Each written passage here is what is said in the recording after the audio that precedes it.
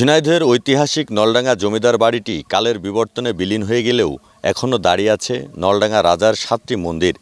১৬৫৬ সালে রাজা বাহাদুর প্রথম ভূষণ দেবরায় এ মন্দিরগুলো প্রতিষ্ঠা করেন। এখানে রয়েছে কালীমাতা, লক্ষ্মী, গণেশ, দুর্গা, তারামণি, বিষ্ণু ও রাজেশ্বরী।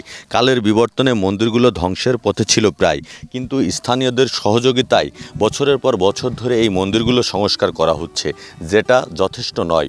তবুও এখানে বিভিন্ন এলাকা থেকে দর্শনার্থীরা আসেন এবং সনাতন ধর্মাবলম্বীরা এখানে প্রতিদিনে পূজা অর্চনার জন্য এসে থাকেন। তো আমরা চলুন দেখে আসি এই দৃষ্টিনন্দন মন্দিরগুলো।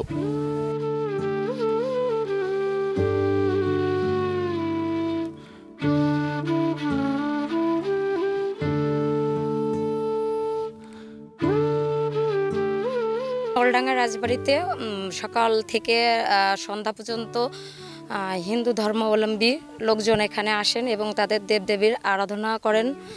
এখানে কোনো অসুবিধা নাই, অন্যান্য ধর্মের লোকজনও এখানে আসেন এবং সব ধর্মের লোকই এখানে একত্রিত হয়ে তাদের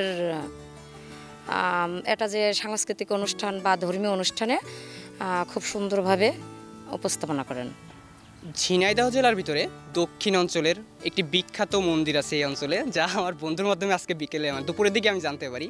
তো যেহেতু আজকে আমাদের আগামীকালই বিশ্ববিদ্যালয়ের জীবন শেষ হয়েছে, বিশ্ববিদ্যালয়ের বন্ধুকে নিয়েই আসলাম এই অঞ্চলটায় ঘুরতে।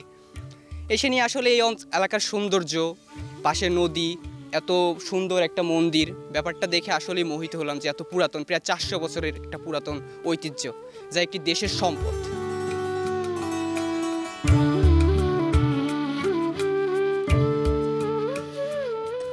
নলডাঙ্গা যে মন্দিরগুলো রয়েছে, এই মন্দিরের যিনি পুরোহিত তিনি প্রায় ৯ বছর ধরে এই মন্দিরে বিভিন্ন সময় পূজা অর্চনা করে থাকেন এবং প্রতিনিয়তই তিনি এই মন্দিরগুলোতে পূজা অর্চনা করেন।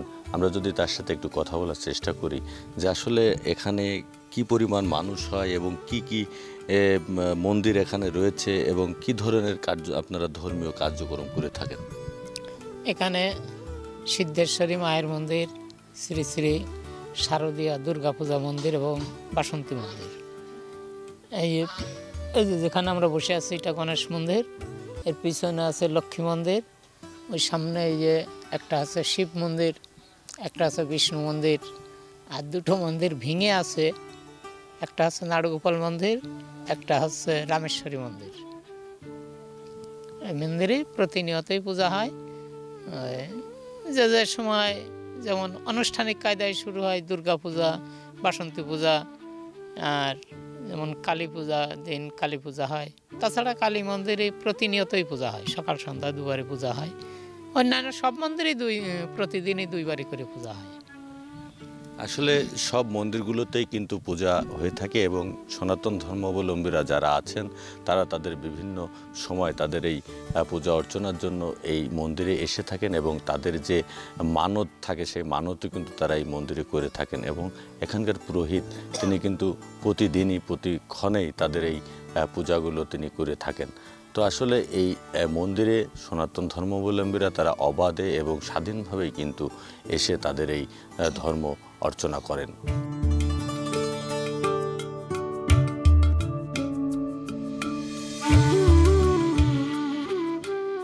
এখানে মোট 7টি মন্দির আছে, নানা জায়গার থেকে মানুষজন আসে দেখতে, ভালোই জায়গাটা।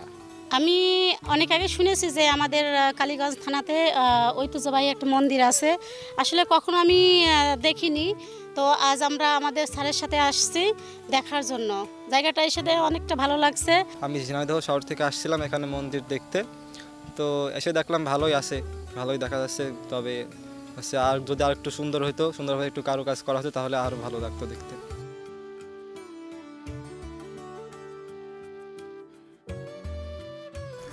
নলডাঙ্গা রাজার যে 7টি মন্দির রয়েছে, এই মন্দিরগুলো সরকারের প্রত্নতত্ত্ব বিভাগের নিয়ন্ত্রণে এনে সংস্কারের দাবি জানিয়েছেন স্থানীয়রা।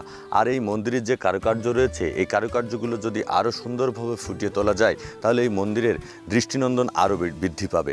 আর এটি হতে পারে এই এলাকার অন্যতম একটি দর্শনীয় স্থান। তাই এই এলাকাবাসী দাবি করেছেন সরকারের পৃষ্ঠপোষকতায় যেন এই মন্দিরগুলো সংস্কার করা হয়।